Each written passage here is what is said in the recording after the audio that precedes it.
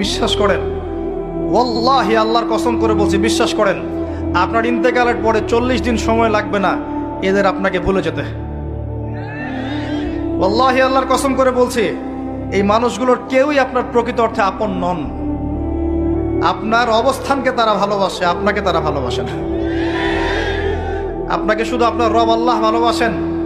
আপনি তার উপর তাওয়াক্কুল করে হারাম ছেড়ে দেন, আপনাকে আল্লাহ পাক বেহিসাব রিজিক দেবে ইনশাআল্লাহ তাআলা। মানুষ মানুষের অবস্থানকে মূল্যায়ন করে, আপনার পরে তার আপনাকে মনে রাখবে না।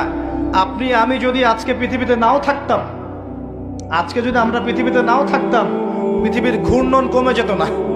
পৃথিবী ঘুরতই, রাত হতো, দিন আসতোই, আমাদের স্ত্রী সন্তানরা বেঁচে থাকতো, মা বোনরা বেঁচে থাকতো, সবাই যার যার জায়গায় ঠিকই থাকতো, আমরাই থাকতাম।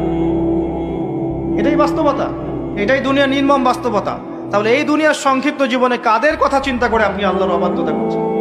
কাদের কথা চিন্তা করেন? স্ত্রী সন্তান পরিবার পরিজন ছেড়ে দেন, আল্লাহর ওয়াস্তে হারাম ছেড়ে দেন, হালালে চলে আসেন। আমরা ইসলাম নিয়ে অনেক বড় বড় কথা বলি, কিন্তু সবচেয়ে বড় কথাটা হচ্ছে এই আয়াতটা, যেটা আমি তেলাওয়াত করতে যাচ্ছি। ইয়া আইয়ুহাল্লাযীনা আমানু, হে মুমিনগণ, আলাইকুম আনফুসাকুম, তোমরা নিজেরা আগে নিজেদের নফসটাকে ঠিক করো। নিজেরা ভালো হও, পরের দিকে আঙ্গুল পরে উঠাও।